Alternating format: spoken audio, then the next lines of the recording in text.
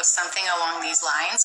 So I wanted to see if I could talk you through kind of a step-by-step process. So lots and lots of people hold tension in their pelvic floor. I've gotten several questions that go something along these lines. So I wanted to see if I could talk you I've gotten several questions that go something along these lines. So I wanted to see if I could talk you through kind of a step-by-step process. So lots and lots of people hold tension in their pelvic floor.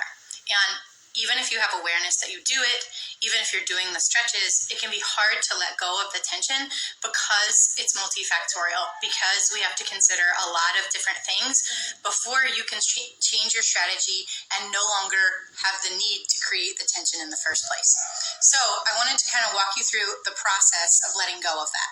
But the first step is to connect your breath to your pelvic floor and be able to inhale and create space in between your sit bones to have a conscious awareness of what it feels like when you lengthen or relax or lower or let go of tension in your pelvic floor.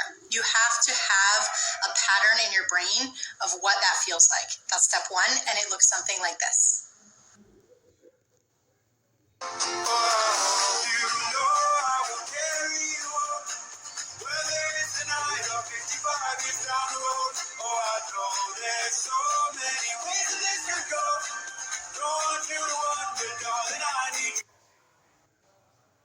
Once you make the connection in your brain, between your brain and your pelvic floor, about what it feels like to let go of that tension, then step two is that you want to learn to contract those muscles. Because just because you're holding tension in them does not mean that they're strong, it means that they're dysfunctional.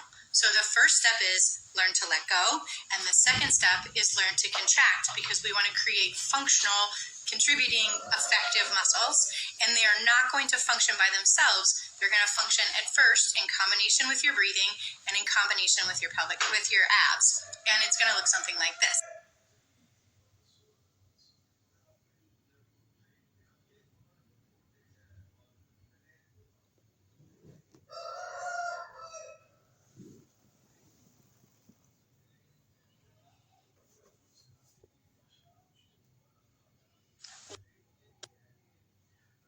I've gotten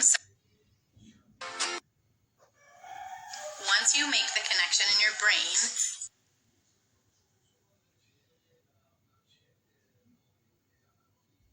and then the last step is to add on the hip strength that we've been talking about the last few days. Or maybe it's about your rib cage strength and mobility, or maybe it's about your foot function and strength and mobility.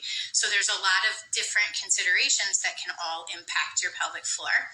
But if you imagine yourself like an onion, you need to start at the center and work your way outward. Because if you start in the middle of the onion, the rest of it's not going to make any sense, and you're just going to spend your time going back and forth wondering which direction you should be moving. But when you start at the center with learning how to let go of those muscles, and then how to contract those muscles, and then how to add in their close by best friends, and then how to add in their farther away best friends, then you get an overall more functional picture, and you are no longer as dependent on holding that tension in your pelvic floor, because you have so many other muscles that can contribute to your stability.